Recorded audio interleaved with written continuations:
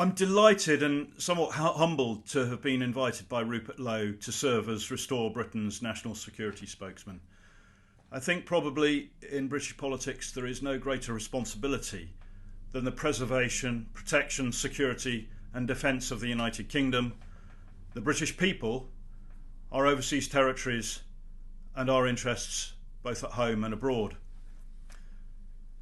Now, national security is often, and rightly so, thought of in terms of hostile states, terrorism or military threats. And those dangers are very real, particularly at the present time. And we have to be prepared to meet those threats. And those are areas that we will address. But national security also begins here at home.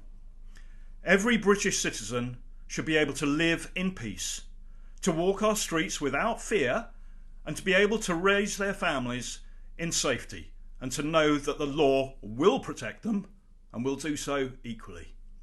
And that depends on policing. Britain needs a police force that is effective, that is trusted, and that is supported by the British public. In the language of Sir Robert Peel, the founder of the Metropolitan Police Service over 200 years ago, it must be policing by public consent. And that consent is only earned when the policing is impartial, independent, and politically absolutely neutral. For generations, British policing has been admired throughout the world for precisely those qualities. Our police officers were known for enforcing the law and keeping the King's peace without fear and without favour.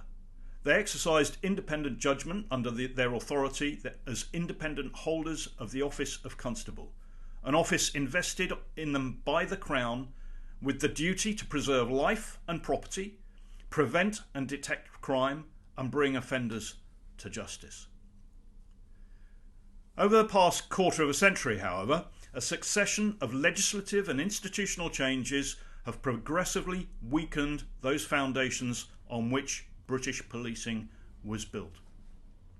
The Police Reform Act in 2002, there are other acts of legislation as well, but that in particular altered the relationship between policing and the state.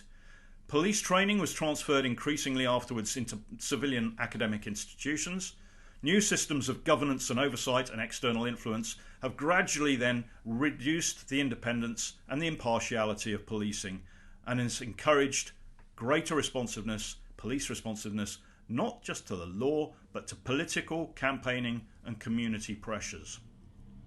Restore Britain believes that policing must once again focus on serving the law before all other interests.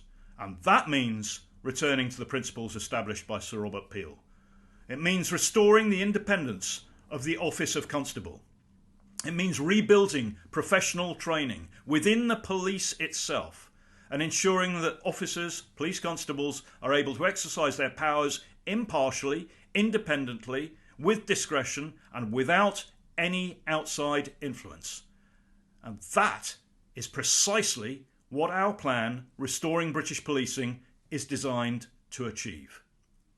It is a practical programme to rebuild public trust, restore professional standards and strengthen policing by consent. It seeks to give police constables back their independence. It seeks to give them the training, the confidence and the professional pride that they deserve, whilst at the same time ensuring that every single member of the public can once again have the confidence that the law will be enforced, and it will be enforced equally, without fear, without favour, without prejudice and without animosity. Now, back in the 90s, I served for a while as a police officer, and I believe that officers, police constables across the country will welcome a serious programme that restores their professional independence and impartiality and equips them to do the very difficult job that we ask of them to do every single day and night, 24/7, 365. We will support them every step of the way, provided that they uphold their end of the bargain, which is to remain fully impartial. We ask a great deal of our police officers, like our armed forces. They place themselves between those who would do harm and those to whom they would do it, you, the public. They must therefore receive the very best of training. They must be selected purely on merit. They must be trained particularly in the lawful and proportional use of force, and they must have the confidence to act decisively and with discretion when necessary. They must have the judgment to exercise restraint when appropriate, and the assurance that when they do act lawfully, professionally, and within or with discretion, they will have the full support and the full consent of the public that they serve, you, the British public. And that is the standard that Restore Britain intends to restore. No other standard is acceptable. Policing must be impartial, it must be independent, and it must have the trust and the confidence of the British public. And we will achieve that.